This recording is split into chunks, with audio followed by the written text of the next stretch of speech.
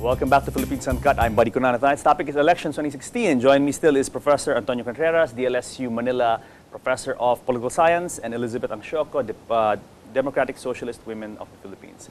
Ms. Angsioco, Prof, welcome back to our third and final segment. Now, we ended the second segment. We talked about your work in the grassroots and the feedback you're getting from the grassroots. Now, surveys are like the talk of the town, right? Every election time, everyone really hangs on and really waits for the next survey to come out, and as if this is like, this will foretell what's going to happen tomorrow. Okay. Exactly. What are your feelings? Because the present, Duterte seems to be leading by not a few points, maybe 5 or 6, if you believe, over his next rival, his next, the next in line. Yeah. So, what do you guys think about surveys, Prof? Actually, there is a science behind surveys. I teach research methods. And if you do it properly, you can, use the opinion of about 4,000 people to project to the 54 million. But that is if the sample is correctly drawn.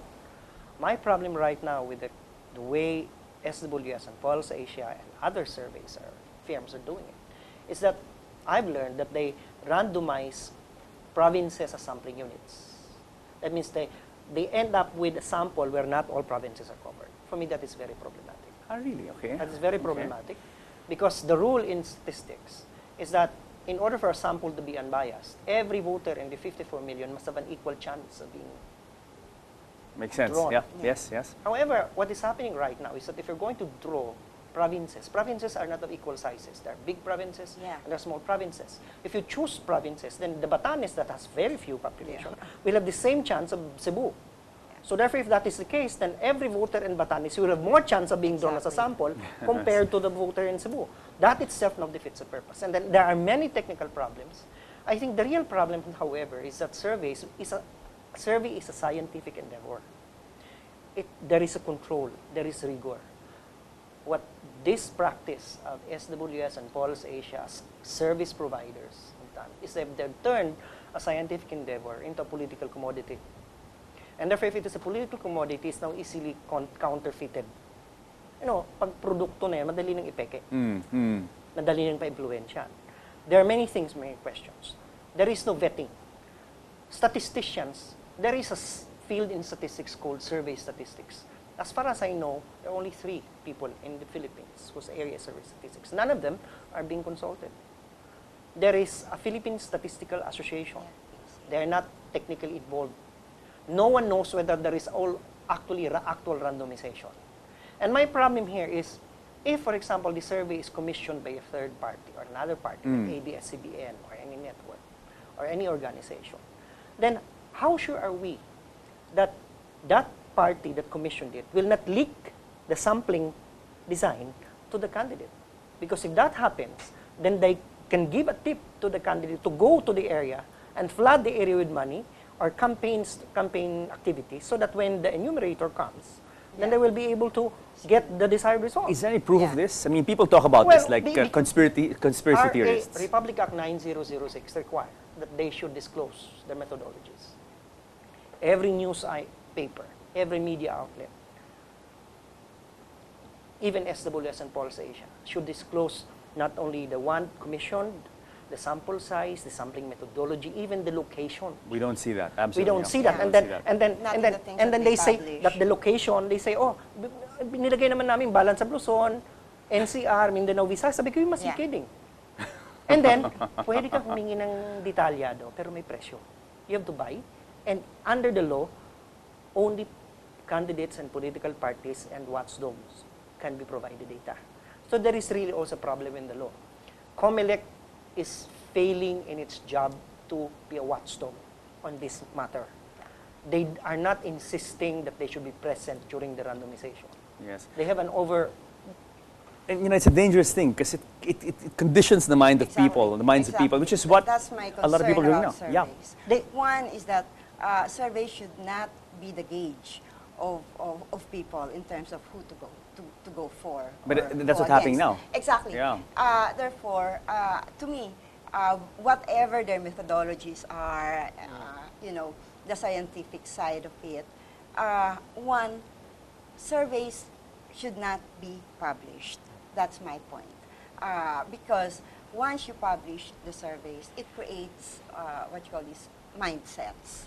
You know, and people, you know, if you're the one who commissioned the survey, then the results should be yours and yours alone. It should not be published because it creates things. It creates, you know, mindsets. But the problem is, how do you control that? No, I mean, in this you day know, of social media and all that, you know. Yeah, but you know, I don't know if a law is possible, because to me, surveys, the results of the surveys is a snapshot of how people would vote at a given time. Okay. It should inform candidates as to what they need to do, you know, things like Prof. that.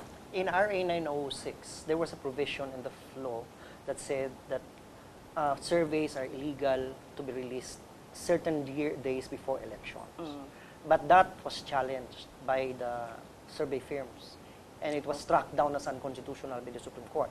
That's one case. Right. The other case, however, is that the Supreme Court, in a 2015 case, SWS and Pulse Asia versus Comelec, they decided that it is also the role of the Comelec to regulate. Okay? And that was on the matter of requiring survey firms to disclose the one commission. Yeah. So there is that legal framework right now. And I think the challenge is to revise the law, Okay. Yeah. make the law stronger.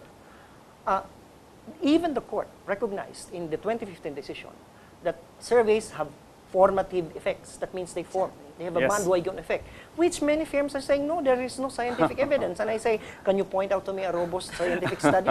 Because if indeed surveys... it does have create a if- bandwagon if- effect, if- absolutely. If surveys do not have a bandwagon effect, then why is it that advertising, uses we are the top brand?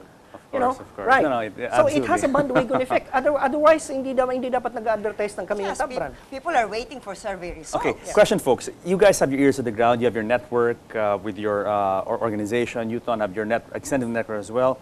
The surveys seem to show that Duterte is leading by a wide margin. Do you believe this? Do you guys believe it? No, because when we talk to the people, they ask us, you know... Who people are these? I mean, for grassroots. community women. Okay. Yes, community women, urban poor communities, Masa. rural poor communities. Okay. You know, I've just been discussing things with our coconut farmers in Laguna, Batangas, and Quezon, and they are going. They are not going for what you call this, for Duterte, precisely because they don't see anything that they will, that, you know, their advocacy is as farmers and as coconut farmers. They don't see anything they will gain from a Duterte presidency. Some of, you know, we also have to realize that some groups in the communities take these things very seriously. But there is also that big group in communities that tend to just follow, you know, whoever tells them, you know, this is good, this is, you go for these guys. But, and therefore, I've always been saying this, let's go to the communities. Yeah. Let's talk to the community people, because the undecided voters, many of them are there. The soft votes are basically there. Prof? Aside from the community, because I also receive reports, anecdotal reports, and also verified reports, that the voices of the people at the grassroots are quite different. Yeah. It is also methodological, because the methods that SWS and Pulse Asia and the other firms are doing is not able to capture everyone. The way they do it is they randomize provinces, and of the province they randomize towns, and towns, barangays. That's And then it. once they identify a barangay, they will identify a central point, like a flagpole or a government building, and from there, they would randomize and say, going to the east, they go east. Now And they the randomize ask. every Yeah. seventh house until they get the quota. So this means that if you live away from flagpoles and government buildings, your chances of being randomized is nil. It also is not able to capture migratory or mobile demographics like workers. Like, you know, the students are very much pro-Miriam. Why is Miriam languishing? True. Because True. during the time that these people knock on the doors of households, They're in schools. they are in school. What about the workers? They're not also Yeah. drivers. They're not. Yeah. So dormitories that have students are not considered households. I don't think they will be considered. You know, even the ABC voters. Look, the ABC voters, they say ABC is for Duterte. But I tend to question the two because when the enumerator knocks on Ayala Abang house, who is left there? It's It's not the Lord, Yes. it's not the one probably working or in vacation, it's a houseworker. They assume that a household has a uniform homogeneous class. It's all A. So it's not, we know that in the ABC, the people living in a household may not come from the same Yes. social class. So there are many methodological problems that are too technical that to be discussed, but could lead you to a situation that this projection might be far off. Remember 2010 when Binay Came from nowhere. Yeah. nowhere. Yeah, from nowhere. So From it's nowhere. possible because maybe the demographics that Binay carried were not sampled. Yeah. True. Poe True. was number 6 or 7, but she came out first for the Senate. So guys, I mean, let me ask you because we're almost down to the end of the program. Who are you guys supporting? I'll let you guys pitch your. I know that you guys are separate, are different, Are we but allowed to say tomorrow is election? absolutely do Yeah, it, do it. I Yeah, do it. We I don't might, know. we might be accused of electioneering. No, it's fine. Go. I'm going for Poe. Why is that? First, she was the only candidate who actually began her campaign with a program of action. Remember, when she declared that she wants to run for the presidency, she already had her 20 or so point of platform. Very good. I'm very big with platforms because to me that speaks a lot about candidates. Secondly, I like Poe because of her positions on certain issues, on very specific issues that are close to my heart. Women, coconut farmers, what you call this, even in terms of infrastructure, it's very good. Thirdly, she's one of those who has come out with a very concrete platform. It's not just at the beginning it was 20 points, but now she has sectors, she has all these other issues, planned. And the beautiful thing is that her people actually, how do you call this, consulted other groups, consulted other people. I was consulted even if they knew that I was not at first. Because at first I said I'm not going to vote for any president. I'm not going to go for any president because of the choices. But now it has changed. And my good experience is that I did a very strong women's agenda. Okay, so that's for. But Yes. I didn't get it. And they said that the senator will not put anything that one, she needs convincing on, and second, cannot be done. So you're for Grace Poe, Prof. How about you? Well, Quickly. all the 5 candidates are flawed. They have their own flaws. I'm likening the decision to deciding who is going to, if we are going to have a ship of state, who will be hired as the captain. All the applicants for the captain position are different, have flaws. So who is the best to steer the ship of state in a troubled sea? Of course, I don't think I will give it to Poe because Poe is not qualified in terms of the minimum qualifications. She may be a good person, but there are constitutional requirements. I will not give it to somebody who is associated with the crew that led the ship to a disaster. So I'm not going to give it to Mar, Well, Miriam, she had my sympathy. But steering a ship of state doesn't just require mental vigor. It also requires health. So that's something. And then, of course, Duterte. He's very unstable. He's very unpredictable. And in a rough sea, he might even rock the boat farther. Might scuttle the ship. So therefore, it's Binay. Okay. Because Binay has his flaws. But I read all the platforms, and he just issued a very detailed platform too. And what impressed me is that he's the only one I think that has an agenda on culture, which is because I teach culture and politics. It's very important. He's having a department of culture, cultural workers, regular workers, among others. And he also an agenda. And the thing about his platform is that he's defining the source of funds, which you may have a plan, but where are you going to get the money?